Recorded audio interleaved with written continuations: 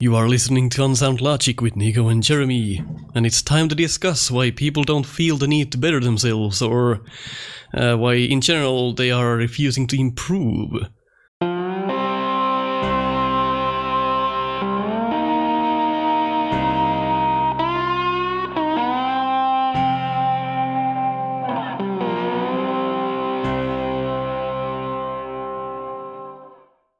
People who have the world of opportunity at their fingertips and yet do nothing to fix their problems. Everybody knows one. There's one in every group of friends. A guy who always seems to have a problem with something. And when he talks about his problem, in your head, you're thinking to yourself, okay, here's how you fix it. And this is really easy to do. And sometimes you even go as far as to tell the person the best way to go about correcting their problem, even if it's the easiest thing in the world to do, and they don't do it. It's probably because people are not willing to learn anymore. And it's funny because now we have the internet. I think it's pure laziness, to be honest. Yeah, let's not discuss this generation again, but I think it's true. I feel like people are less interested in figuring stuff out and more interested in getting stuff done for them. The reason behind the problem. They are more or less likely to believe that the problem is them, and more likely to believe that the problem lies somewhere else or with something else. But you can't deny we are lazier, more incompetent, and we seem to value free time a lot more. Oh yes, very much so. We also live in a time where information is out there. Like I said, the internet. Like back in the 70s and the 80s. No wonder people didn't want to learn, because that meant a trip to the fucking library. Or actually taking courses and reading how-to books. You are aware that most schools, at least most schools in the US, have libraries in them. Not in Finland. Really? At least I don't... We didn't have a library in our school in the 90s. Only like a little room with like a shelf of books. I used to love going to the library when I was in elementary school and middle school. Mostly because it meant I got out of class. How is it that Finland is the country that is the cultural powerhouse that it is today, and you guys didn't have libraries in your damn schools? This doesn't make any sense. We might have had one in college, but who reads books in college? I had to read a lot. Finland is like this... I don't know. We see you guys as like a cultural and technologically elite nation. Maybe not necessarily better than the U.S., but you guys are like up there with Germany as far as we're concerned. And you guys don't have libraries in your damn schools? At least even back then, probably have now. But it's probably the teachers are far better than in the U.S. Must be. Okay, I'll move on from that. But let's just say I'm baffled. Or maybe I don't remember because it's been. I've slept since then. Maybe we had a library. How long it's been for you versus no. There was this one room. There was this one room with a door, and I never went into it. Maybe the library was there. Room with a door. No, I think there was one in college. Not in elementary, that's for sure. My college had 2 libraries. But my point was, we had no internet in the 70s and the 80s, so I don't question why people didn't want to learn. But now, when it's the most obvious. It's easy to do. It's now when people don't want to. Yes, and maybe I want to blame the internet for that, but at the same time, well, no, I'll blame the internet. Because before the internet existed, and I'm probably you and I are probably amongst the last generation that can honestly say this, there was... Well, I mean, maybe not for you, because you guys didn't have libraries, and you say that you see why we wouldn't want to learn, but... It didn't bother us or faze us to want to go to the library or study necessarily, most of us. I mean, obviously there's slackers in every group, but it was not perceived as an out-of-the-way thing. It was just something you did. And, just like you didn't miss having your cell phone on you because everybody's phone was in their home. Simple tasks that would need minimal thinking and brain function are now super tedious to people. They think that simple problems like a keyboard that stopped working needs an immediate call to an IT professional. They don't even think to check the batteries, replug the cable, check around Windows, like check the numlock keys or whatever. It doesn't even pop up in their heads that they could get it done themselves, and in some cases even faster, because they don't have to wait for help. It's basically the customer telling you that, can you do this for me since you know how and I don't? And then when I used to work in IT, I would go, I don't know either, but I will figure it out in half a minute. Because it was your job.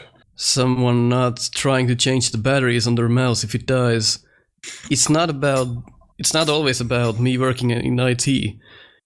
People can fix these shits themselves. Yes. Like the most problems people have are easy to fix. They don't always need the professional. The time it takes for the customer to call the IT professional and for them to arrive and fix the problem, it's gonna take a longer time than you to actually fix it yourself. Yes. And they're simple things. Anyone can do them. Check the mouse, check the cord, replug the cable, check the batteries. And usually that fixes it. Reboot the computer. You're done. It's immediately when you don't see the cursor moving. Alright, time to call someone. It doesn't work. I don't know how this is fixed. Yeah. Where my old, not now, but my setup that I had before this, if my cursor quit working, there are at least 3 things I needed to check before I even begin to ask the question of whether I should involve anybody else. And I question whether a lot of people, have that kind of mindset of there's, they don't. There is something that happened somewhere down the line where people don't want to use their brain at all anymore. Because they can be like, okay, fix this for me so I can continue doing my work. This is not my line of work. Meanwhile, I fix my fucking car. I'm not a mechanic. Yeah. Well, and I'm not an IT guy, but I've built my last 4 or 5 computers. So do you think that, and I'll tie this all into the advent of the internet. Do you think that the advent of the internet is slowing our analytical skills or our problem solving skills in? No, I don't think so. Because it would make sense that it would make it easier. We're just becoming lazier. I don't know if the reason is internet or not. Granted, some things absolutely need a professional, but 80% of the problems could be fixed by people themselves if they just use their brain. Well, and it's easier today than it is back then, because with the advent of the internet and things like YouTube, there's tutorials for just about everything you can think of. Mm-hmm. I mean, I learned how to change parts in my car through videos on the internet. Things that, cars these days are a lot more complicated than the first vehicle I ever had, which was a 76 pickup truck. I could figure everything out just by looking at it, but cars are a little more complicated now. And instead of spending several hundred or upwards of $1,000 by taking it to professional, I could just look it up the videos on YouTube. And in a lot of cases, it's something I could do with little or no tools and no preparation. So money saved, whatever. But I don't know. We've kind of given rise to such an instant gratification society that I feel like a lot of these things, people aren't willing to put in the work to make things right. I had a problem with my car for a couple of years where it kind of lazily accelerated and it seemed to choke often when pressing gas. So I took it to several car mechanics and shops, and the conclusion was almost always the same. You're driving the car wrong. It works flawlessly. And by the way, that's another thing. I want to talk about customer service in the future. Anyway, I got sick and tired of hearing the same thing. If you know something is wrong, something is goddamn wrong. I mean, do they think that I bring the car to 20 different mechanics just for fun? Long story short, one shop was able to determine that one cable was unplugged and the gas throttle valve or something was full of gunk.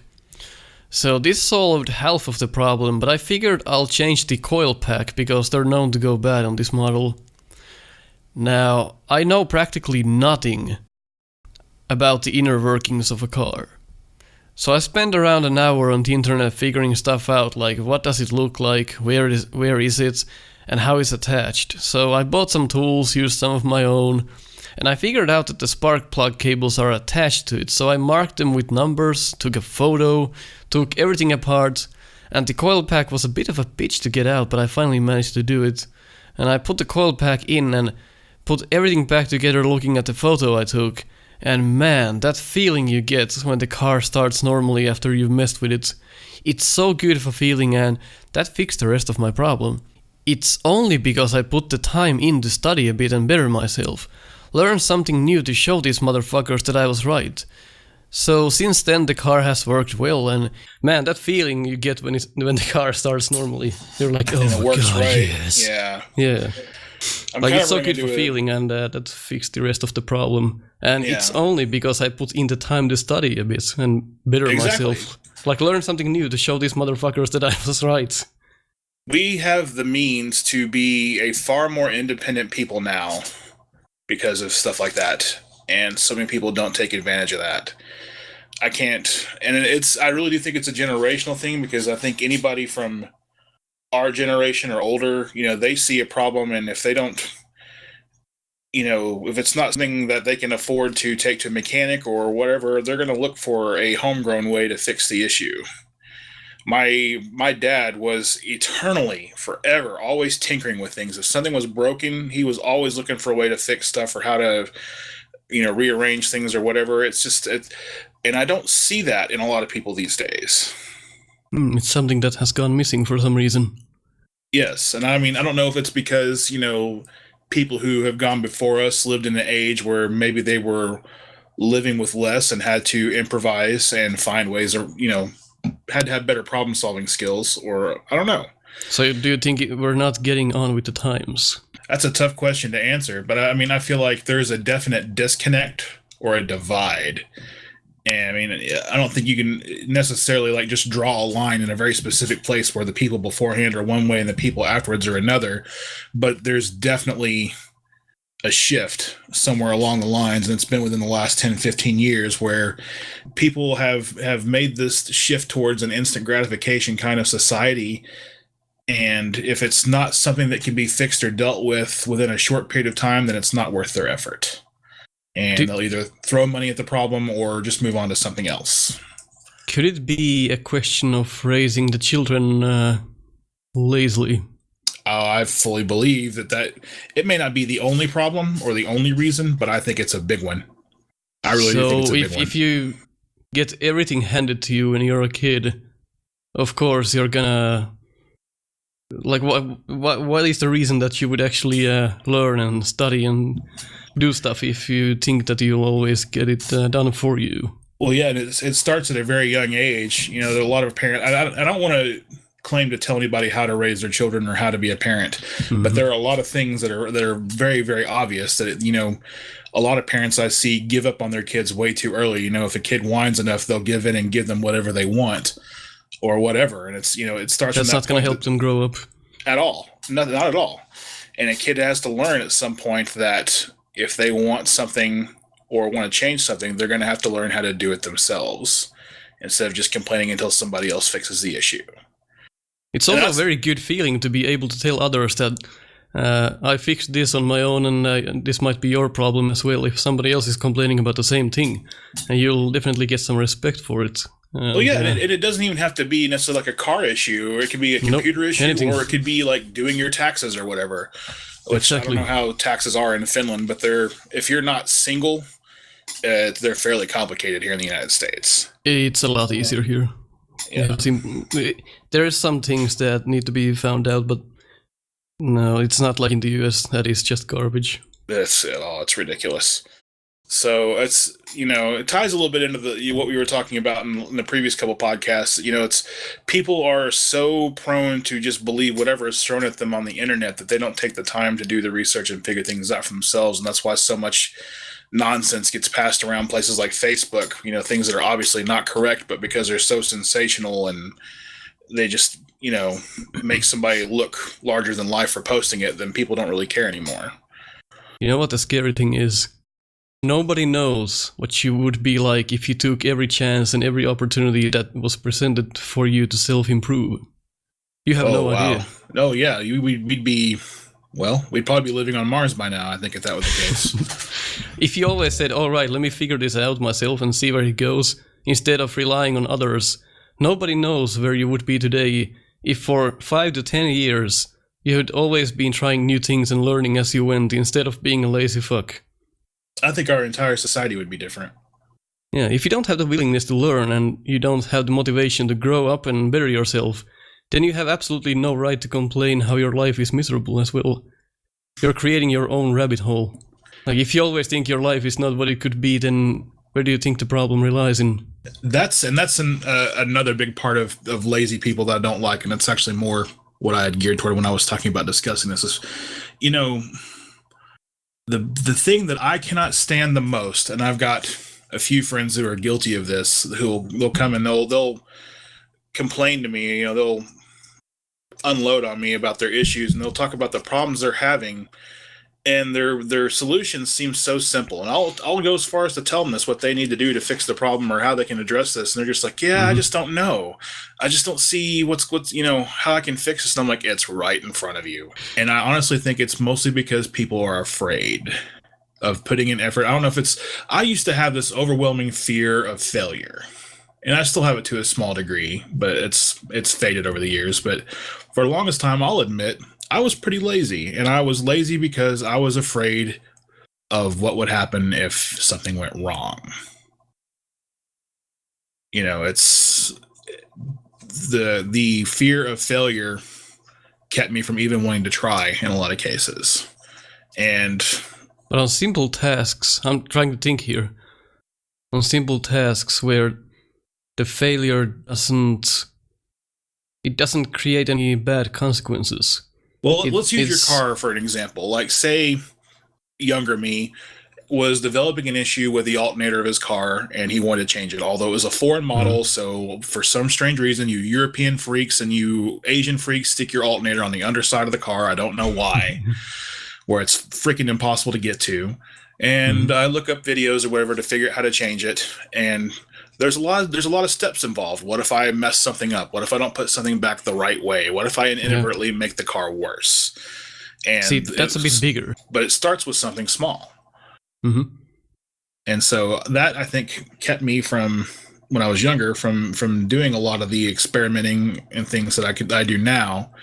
Like, I'm not afraid to try new things. I'm not afraid to tinker with electronics. I'm not afraid to, I build models, for crying out loud. I can take just about anything apart, figure it out, and put it back together.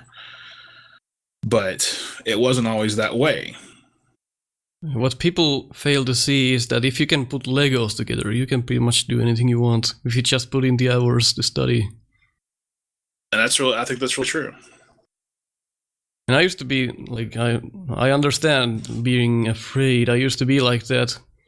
So I had these, well, not nightmares, but real nightmares of getting lost or driving somewhere I'm not familiar with and going the wrong way. And I would be like, oh God, I'll never find my way back home. But nowadays, if I'm like, okay, if I'm lost, there's no way I'd fucking die because of it. Like, it's almost impossible to kill yourself being lost in here. For one, if you can read a map, that's pretty simple and straightforward a way to figure it out. And if nothing else fails, you can always ask for directions. There's always going to be somebody who has some idea of how to get you where you're going. I used to worry about everything, like every single thing I used to worry about. But now, let's say if a tire pops up out of my car, I'll be like, all right, time to fix this stuff and get along with my day. Yes. Instead of panicking and getting into that self-deprecating way of thinking. And I think the thing is people who are unwilling to take steps to better themselves or, you know, anything like that, I think they are very sensitive to those who do. And I think they feel the need to compare themselves and try to find a way to put their worth on the same level. Like, they'll find a way to make things about themselves. Like, if you're talking with someone and you're like, you know, oh, I was sick today, they'll immediately respond with, well, I felt fine today. Mm-hmm. You know, their mindset is structured around, you know, what they think and how they feel. And they're not really, you know, it's the only way they know to justify it is to make themselves the best at everything in their minds. Yeah, and often people come to me and ask me to do the exact same thing I helped them with last time. So I then ask, why are you asking for the exact same thing again when I showed you how it works last time? And they're just mumble back. People just don't want to learn anymore. You know, I've been having that same argument with my grandmother for I don't know how many years because every time I go to visit, she wants me to help her learn how to use Facebook, and she's got a Facebook account. But it's just like every single time we go over the exact same thing. I'm like, you really should practice this when I'm not around. And she's like, oh, well, blah, blah, blah, blah, blah. And then I come back a few months later, and there I am, sitting right behind her on the keyboard, explaining what to do. They don't understand that willing to learn these small hiccups would improve their own life and work. If you always have to lean towards someone else to fix something, how can you ever improve? That's very true. And next thing they'll come up with is, well, it's not my work of field. I need this done so I can continue my work. Instead of taking the mindset of broadening their horizons and becoming more than what they were. Yeah, you're stuck in hamster wheel if you keep doing that. Yeah. Yeah, if I don't understand the difference between a handbrake and a steering wheel, I'll just go online and check what the difference is and how easy it is to fix some of those problems they have. Oh, you silly Europeans and your handbrakes. We call them emergency brakes here because you only use them in emergencies. Actually, that's not true. People use them when they park, and yet they still call them emergency brakes. I'm not really sure why. If I have a red light and the road is a bit unstable, or it's, if you let go of brake, your car starts linger down. So I use my handbrake to keep it steady. Mine doesn't, and you know why? Because I drive an automatic. Well, I have a manual. I put it in park, and I don't have to put the emergency brake on. Well, I use it quite often. Not a lot of people do here, but it's something I got used to. Because I hate people who, when the light turns green and people go, and they let their foot off the brake, then their car starts to swerve backwards, and you're like, shit. Oh, yeah. That's why a lot of people here who don't know how to drive a standard that they do that. They wind up rolling back a lot. It's frustrating. I use that a lot. Easier and faster. Well, a lot of people could learn from that example. And I can drive a standard. I want to put that out there just because I made a comment about using my automatic transmission. I am perfectly capable of driving a standard vehicle. I did it for a long time. So don't go thinking you're the better driver or whatever. It's not too hard. No, it really isn't. I don't. Except when I was actually in England. We rented a Peugeot, and it was like the tightest clutch I'd ever seen in my entire life, and I nearly burned out the clutch getting out of the parking lot. Close enough. Whatever. Yeah, I used to drive a Peugeot. It's not a good car. Terrible. It's not a good car, no. It's just because I use it in rally doesn't mean it's good. That's about the most French thing in the world is a transmission that doesn't cooperate. Yeah, I used to have a Fiat Brava, and every time you let off the clutch, like black smoke all over the fucking internals. At least I got rid of that one. Hugo. I could use this example. It's kind of like if you go buy a car. You do no study at all. You just pop up to the store, and they are going to trick and cheat you to buy more stuff and buy it more expensive. You only need to spend one night on the internet to find out stuff, to speak to these salesmen and what to consider, and that's also called self-improvement. We just call that doing your homework. I mean, anytime you're planning on spending that kind of money, you should always do at least a precursory amount of research. Yeah, you don't just blindly go and buy a house. You study how it works and what to consider and what to check. So... like, why is changing the batteries on your mouse such a hard fucking thing to do? Do I need to spoon feed you as well? Car dealers here in the United States will absolutely take the customers to the bank if they go in there and they don't have any idea. They'll tear you apart. Yes, one of my coworkers actually just bought a brand new pickup truck, and it's a very top of the line Dodge Ram pickup truck, and he got a really expensive package, and he traded in his other truck, which was only a few years old. He hadn't even finished paying that one off, and somehow they managed to take whatever they had given him for the trade-in value of his truck and added it on as another tax of some sort onto his payments. So he really wound up getting nothing for his truck.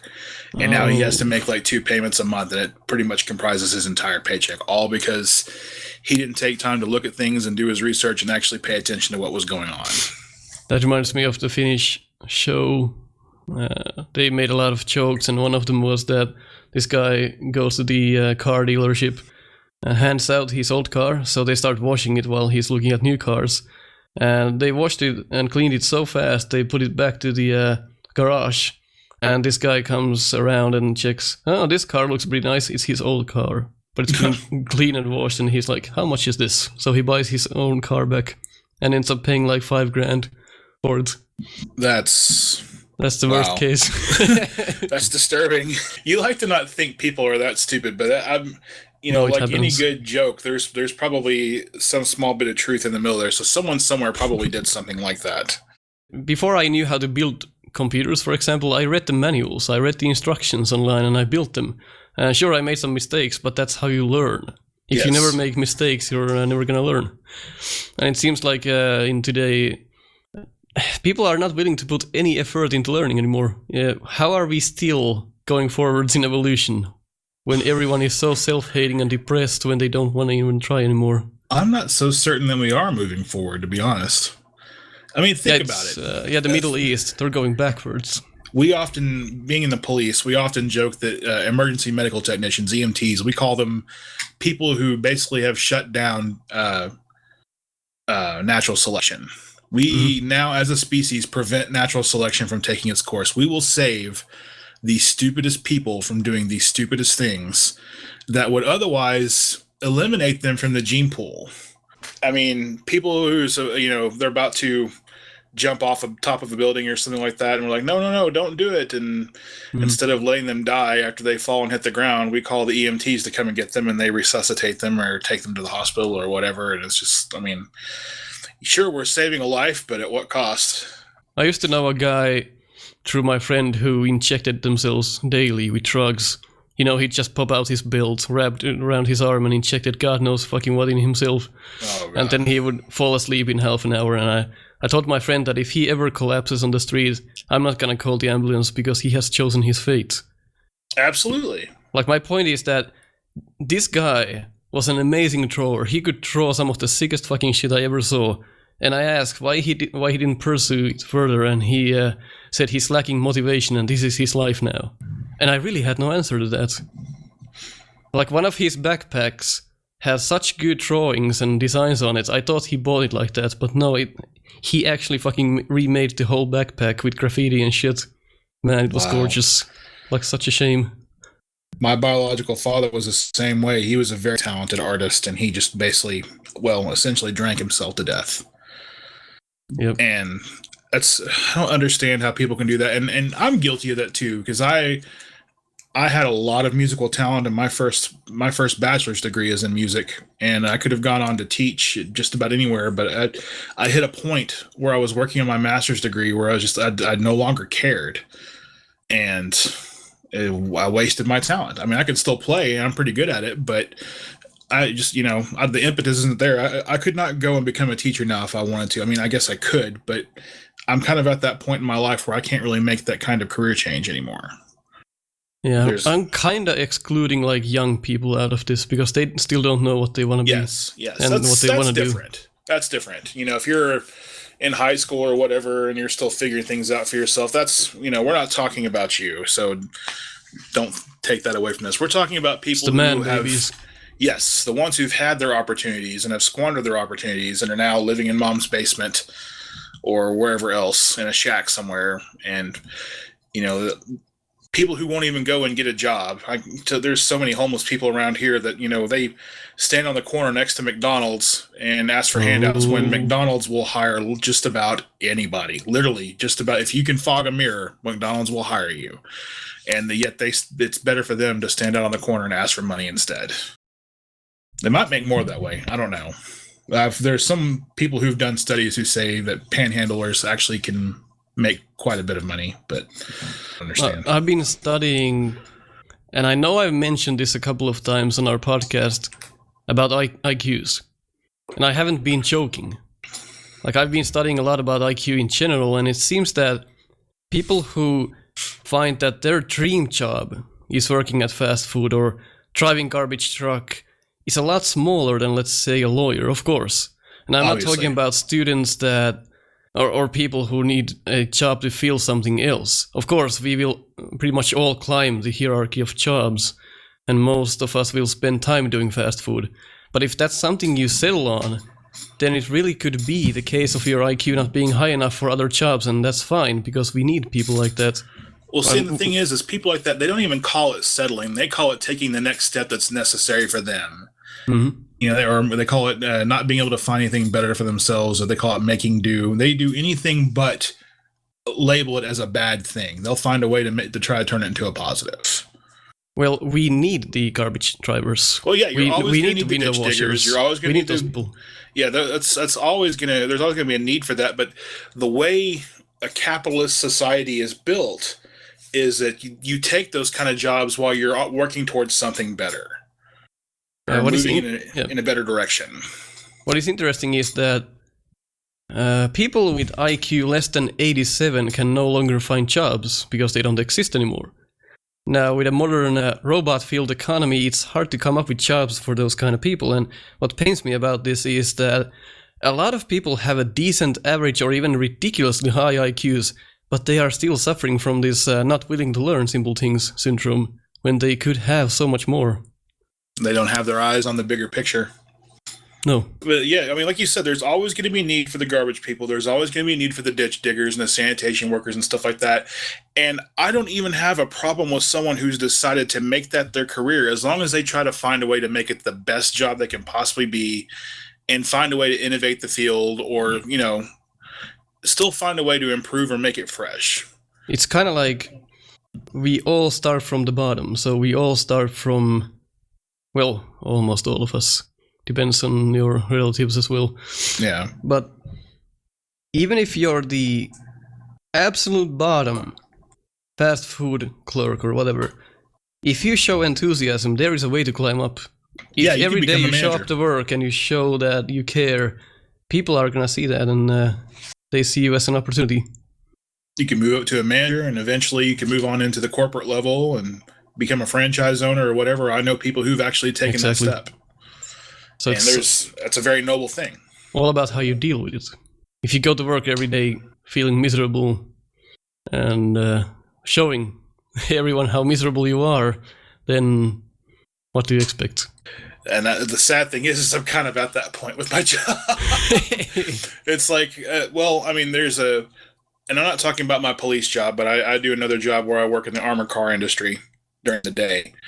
And there's a salary cap. If it's not something you like, then of course that's a different thing. Again, it's not that you're not willing to bury yourself. It's not your line of work that you want to do. No, it's not that at all. The work is great. I love the work. The work's very gratifying, and the people I work with are actually really good. But the problem is the problem is on the corporate level. They've instituted like a salary cap that you can't go over a certain amount of dollars an hour, and that's driving a lot of people away. And also, what's driving it away is the maintenance issues we're having with our vehicles have to be solved at a corporate level, and they're glacial about getting those things taken care of. So we have a lot of vehicles that don't have air conditioning. We have vehicles, I can think of at least 3 of our trucks that have transmissions that are starting to slip, and brakes, and a myriad of other problems. And because corporate is taking so long to fix these issues, it's driving people away. So they're not giving me the tools I need to succeed and become better at my job. So they're holding me back. That's interesting. So it could be as well from the top level that screws you over. And I don't know if that's so much not a desire to improve themselves as much as it is stupidity. And I guess you could argue they're the same thing, but it's all intent. I don't know if they're intending to screw us over or what, but they're doing a damn good job of it. One reason I wanted to leave IT was because every customer thought that every IT guy is an asshole. And that I absolutely... I thought the same thing as well. Oh, they're right, but that's for a reason. I hated my kind.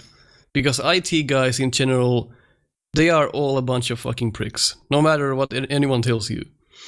And they think they are ruling the world. And I tried to be different. And I kept instructing people in a way that everyone would understand what I meant. Not using the IT lingo and all that. Making it really simple. But because people have this mindset that every IT guy is an asshole, they called me out too when I was instructing people very fucking clearly. Click next, click finish, click OK, and they would fucking explode. I can't understand your bullshit IT language. And I tell them that, yeah, there's no easier way for me to put this. I'm literally telling you step by step what to do and what is presented on the screen. You're not willing to learn. And other kinds of techs are out there that are willing to instruct you in a helpful way. It's just Doesn't it just incredible. make you want to cry? Yes, the IT field is a fucking mess.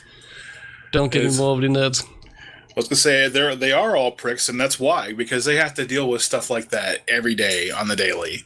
They just become fucking demigods. They are the masters of the mechanical stuff, and they are the ones who can fix all our problems, but only for a price. It is infuriating because you try your best to be different. You try your best to be the best IT guy that everyone understands. You give the simplest instructions, and they have this mindset of, oh, you're just another IT guy. Oh, it's self-defeating. I mean, there's no way. I mean, people will go into those type of situations with a preconceived notion of how an IT person is supposed to be, and it doesn't matter what you say. That's what they're going to interpret. Yeah, a few years was enough for me. I was done. Yeah. And I studied for 7 to 8 years for that field. I encountered the same thing as a restaurant manager, although not the same thing. It's different, but I encountered the same repeating offenses over and over again. People who could not be made happy until you gave them something for free. I actually meant to ask you, I find that people who keep saying tomorrow is just an empty promise. What do you feel about this? Like, tomorrow, biggest lie we tell ourselves.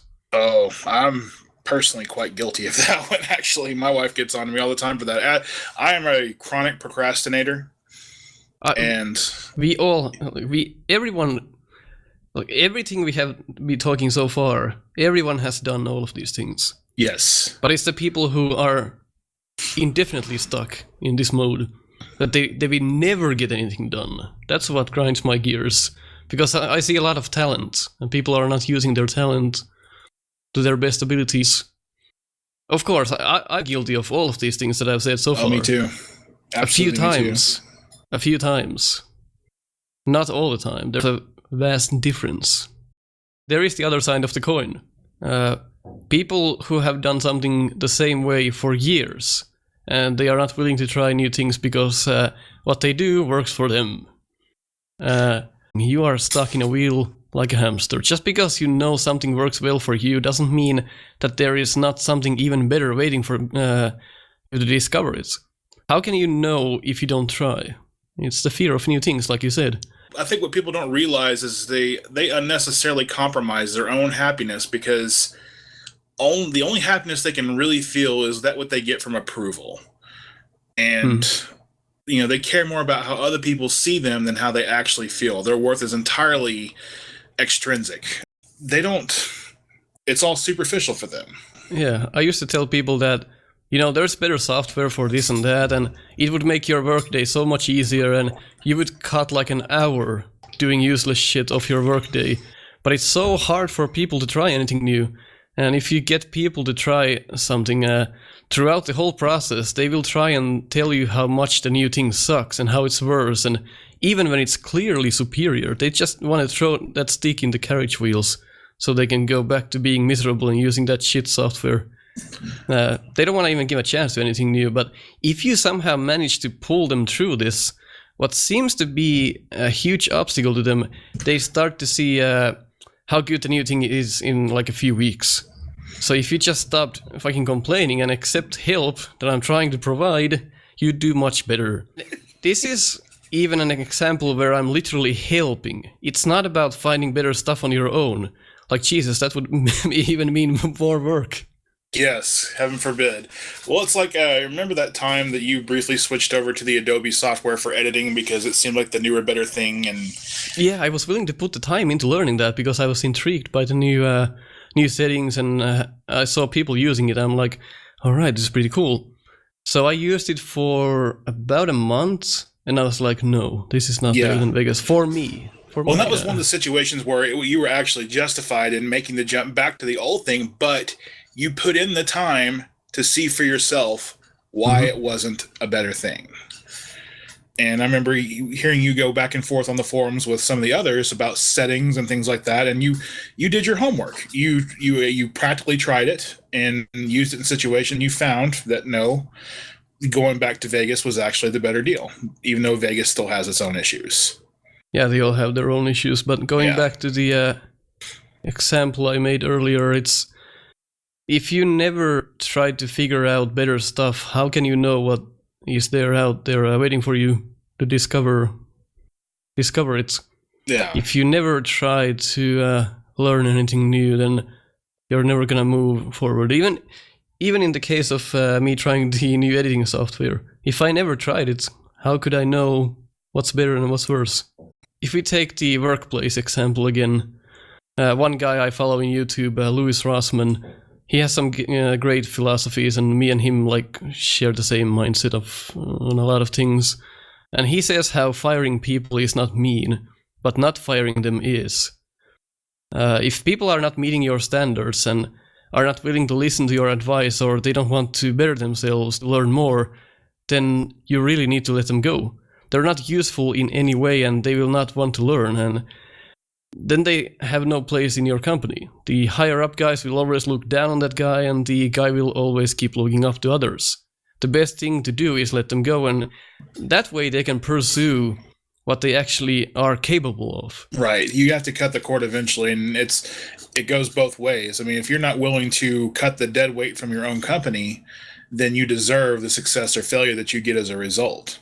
Yeah, imagine constantly fixing their mistakes. And you spend most of your day helping them on simple tasks, then that will cause more harm than good. Yeah, you're spending more time putting out fires than you are in innovating and moving forward. Yeah, the employee feels like shit, and you feel even worse. And by the same token, as an employee, if you don't get it, you have to do something with your life that you can get some sense of satisfaction out of, and some sense of worth. A good example of this, I'll use my own example. Before I got into police work, I did a lot of private security work, and the last security job I had, actually we contracted out to different places, and the last job that I had was a very cush job. I sat in front of a computer, I watched a row of computer monitors, I maybe went out and walked around a few buildings a couple times a night, but it was a really easy job and it paid really well. But the problem is, for me, is I got no sense of satisfaction out of it. I didn't feel like I was accomplishing anything or doing anything. And going into police work, I actually took a cut in pay, a considerable cut in pay actually. But the work that I was doing was so much more satisfying to me. And I could sleep at night knowing I was doing something I was happy with doing. I felt like I was making a difference, and that mattered more to me. And actually, I like the people I worked with more. That's a big part too. Do what's easy to live with, rather than what feels easy to live a good life. Yes, that's very profound and very, very true. If you cannot be happy with yourself at the end of the day, saying that you did something good or something right, you accomplish some kind of goal that you set for yourself, then you are in the wrong career field. Mm-hmm. I don't care how much money you make.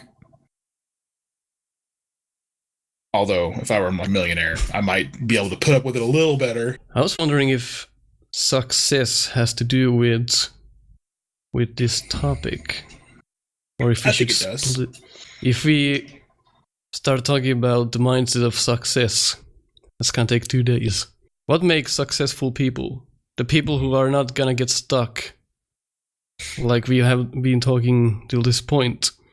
If you want to better yourself, and people who actually do the studies, and people who put the time into new things, people who try new things, even if it first seems like they're feeling reluctant and they don't like to think about doing that, but they still do.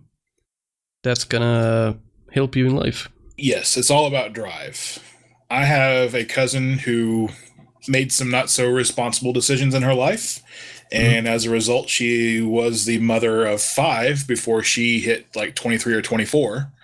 So but she buckled down and found a really good job.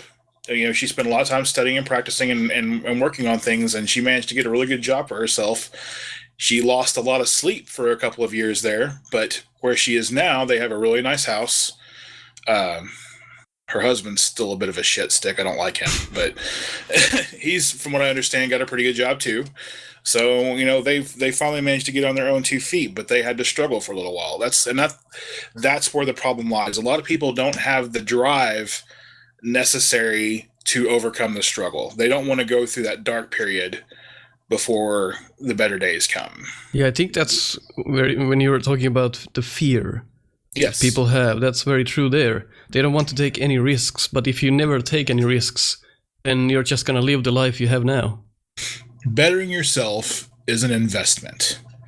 It is. And if you are not willing to take some risk in investing, you're never ever going to put yourself in a better position. You may be wrong, and you might invest in the wrong things. Sometimes that happens. But it's better to be able to say that you tried than to just sit there and not try anything at all. Even if you feel like it's not paying off or you're not getting the price you wanted, and if it's not going the way you thought it would go, I think in the future, most things will pay back in some other form. Yes. Even if you don't need or benefit from it now, think in 10 years, things will be a lot different. If nothing else, you have gained the knowledge of one more thing that does not work for you. And it may seem like no big deal, but it matters. Let me ask you, are you often late or are you always early? I'm chronically late. Always late. Well, that's not true. I'm late on purpose because I'm trying to make a statement. But on something that matters to me, I'm perpetually early. I generally show up 15, 20 minutes early. Yeah, something that matters. Makes sense. Yes. Actually, my grandfather was the first one to tell me that I'm going to be late to my own funeral, though. I was always late to class in college. I don't think I ever showed up on time. I'm one of those guys that I'd rather be 2 hours early than 1 minute late. Oh, I hate you assholes. People like you make me so mad. I show up say I'm going to a job interview and I show up I'll show up 10 minutes early. I feel like that's sufficient time. And there's always that one guy that's been there for 30 minutes, and he's just in the waiting room, just soaking everything in, and he's preparing, and it's just No, but you don't take it literally. I'm not 2 hours early.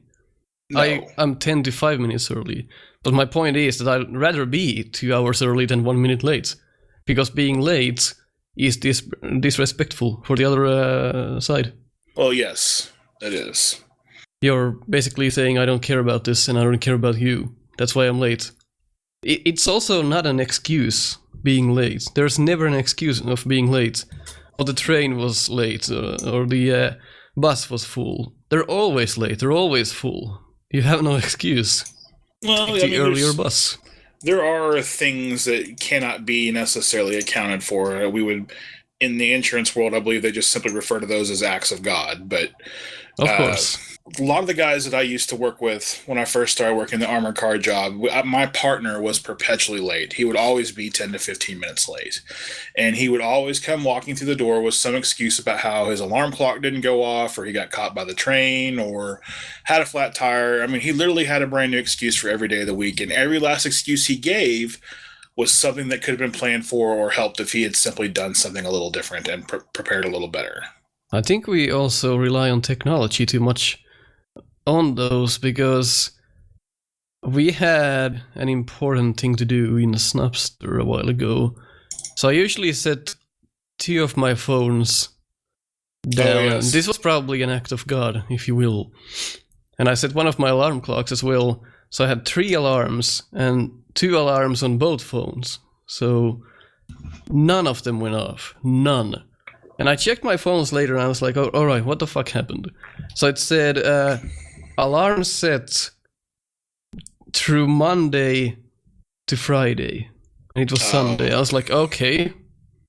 So apparently if you click the clock thing, there's a new a new menu that allows you to set individual days. I've never clicked that. So both phones were set to the same thing. I'm like, all right. I'm not sure what happened. So even I'm guilty of the same thing. Yeah, but it was a genuine surprise when you did it because you're never late to anything or whatever. So we we genuinely thought something was wrong with you. We thought something had happened to you. It's also because I find that I have a lot of stuff to do, whether it's on my PC or elsewhere, and that's also one of the reasons why I have insomnia. I just don't sleep, and when that happens, I have a hard time waking up as a result. Yeah. That also speaks for the tribe that I have. I always have to be doing something. I can't just sit and do nothing. I always have to be doing something. I don't have even that if it's problem. not fulfilled. I wish I did. I mean, I think I would be a far better individual and a far more productive one if I did. But yeah, I don't have that problem. I could sit and stare at the walls and zone out for hours and be perfectly okay with that. I like that as well. I do that as well. I have too many projects right now. It's taking all my time. Yes, drive, I think, it determines everything. Success, failure, desire to get better. It all goes back to drive. And drive, I think, is something that is learned. Although people do naturally have it to some degree or another. I know one guy who had the laziest parents in the world, and now he's working on his PhD. So, I mean, obviously it started somewhere, but I think for the most part, drive is something that is learned and emulated based on the people you grow up around and what you see. So you should always try to surround yourself with people who are goal-oriented and have a desire to get things done, because that's going to rub off on you eventually. Yeah, and this topic is pretty interesting because I don't think we're going to find a conclusion. We're just pondering why this is. There is no one ultimate goal. Now, everybody's different, and the magic key for everyone is going to be something different. But the important thing is that you get out there and you search for it, and you try to find it, and you try to find a way to improve yourself, even if it's just a matter of, cleaning up a room in the house more often or something. Find some way to improve your quality of life. And it's going to start to build up and add up and make you want to do more, I think. That has actually helped me in a personal level. We did a massive cleaning, and this sounds fucking stupid, but you know how many cups, plates, and stuff you have around your house that you never use? Oh, yeah. You have a fucking ton. 5 cheese graters. I mean, what the fuck are you gonna do with 5? You just need 5 cheese graters? No, that's just an example. We don't have that many, like cheese slicers, whatever the hell. You don't have cheese slicers in the US, I don't think. You just use a knife. No, okay. Well, most of us do use knives, but they do exist. We've got one. But we threw away like 10 garbage bags of stuff. So right now we only have like one of each, and it is such a good feeling when your house doesn't get clogged up with shit. Like everything is where they should be. Your apartment is not gonna get messy because there is not anything to get and mess up your system. Yeah. And that helped me a lot to clear my head. So if you have a problem with your apartment always being messy and you're always like, oh god damn, I don't have the energy to clean this shit, take a look at in your drawers and just check what the situation is. If you have like 20 plates, then yeah, you have an issue. You should not come to our house then. You never visit the US. My in-laws, my mother-in-law has like 1 billion different sets of special china plates, and my wife and her sister all inherited like 3 sets, and I'm like, we're never going to use these. Why do we have these? It's always the same thing. Like, I'm gonna use these someday. No, you're fucking nuts. No, probably not. It's like these 10 cups were my dad's before he passed away, or these were my granddad's, these were my mother's, and you have your closets full of shit. You're never gonna use that. Like we got a set of china for our wedding as one of our wedding gifts, and we've used that I think a couple of times. But she inherited I think 3 sets of china from her mom, 2 or 3, I can't remember, and they're just taking up space in cabinets, and we have very little cabinet space as it is, and it drives me crazy. But the more stuff you have in your apartment, the more messy your brain is. That's a fact. Yes. You're not gonna feel good. Explains a lot of my problem because I've got junk everywhere. But if you'd come to visit me, you'd be like, "Where is all your stuff?" My apartments always have been a bit empty. I only have the necessities, and it's a bit different than what people probably have.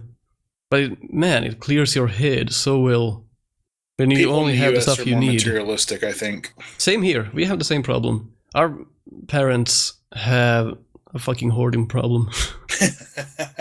Like they save everything, every single thing that they possess, they'll cherish it.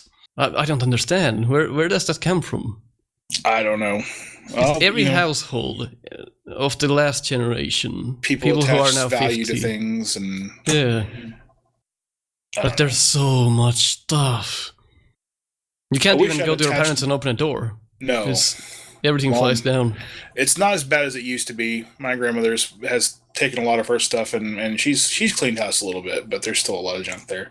I wish I'd attached more value to like my Nintendo and my Nintendo games and shit, and held on to those instead of some of the other stuff I held on to. But yeah, oh man, I sold DuckTales 2.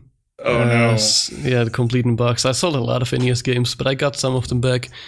Of course, DuckTales 2 is now expensive as hell. Yeah, that's one of the most expensive ones out there, I think. Yeah, I just sold it for like a couple of bucks. Because I'm like, no. PlayStation 1 is out. I don't need this anymore. See, and that's the way I was. Since PlayStation came out, I was like, get rid of all this crap. I'm never going to play it again. But yeah, if you have a cloudy head, check your apartment for stuff. Start your new life. It's funny because for the past 5 years, I think I've only now started to realize how to live life. Before that, before that I was a bit uncertain how all of this works. But only for the last 5 years I wanted to improve myself. I've been listening to a lot of philosophy stuff and been reading some stuff. It's interesting. I think that sort of thing comes with age too. I mean, at some point, your sense of values begins to shift and you start looking towards things that are going to, make your life better. Yeah. You stop worrying so much about the moment and you start thinking long term. That's the way it should be. Not everybody works out that way. I used to worry a lot, like I said previously, and every day I would be afraid of something. But if you live your life that way, you're just... you're going to run into medical complications long before you should. That as well. But you're just not going to live your life to the fullest. No. And I'm not doing that right now. I'm not still living my life to the fullest because I have some problems that need solving and I can't solve them right now. Well, I think everybody's got something like that. And how much you let it weigh you down, it's different for everybody. But I mean, and a lot of times it's stuff that you can't even see. I know a lot of times in Snupster, we do occasionally talk in forums about issues we're facing and stuff like that. And we've seen some pretty serious stuff, I think. But, how they handle it, you might never know. Like, some of the stuff we've seen some of the other guys say, you would never know they're encountering the problems that they are because they bury it so deep. And it makes you wonder if they ever really get around to tackling it or dealing with it or addressing it. And in some cases, I don't think they do, and they should, because it's going to eat away at them and they're going to wind up dying at a much younger age, I think, just because they let it eat them away and they worry themselves to death.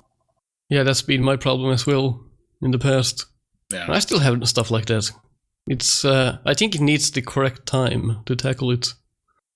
Yeah, that's timing's a bit of an important thing, I think. We all have to find a way to deal with our issues, and some people inevitably are more successful than others. Well, I think we can revisit this later because I think we have a lot more to say, but thanks for listening. We didn't really come up to a conclusion, but it was interesting talking to you about this. Yes, and I mean, we may never actually come up with a conclusion. Like we said, it's different for everybody, but if we can get you thinking about it, we can get you talking about it, maybe you'll be able to help find something to help yourself out and make your own life a better one. Hope you guys enjoyed the show, and we'll catch you next time.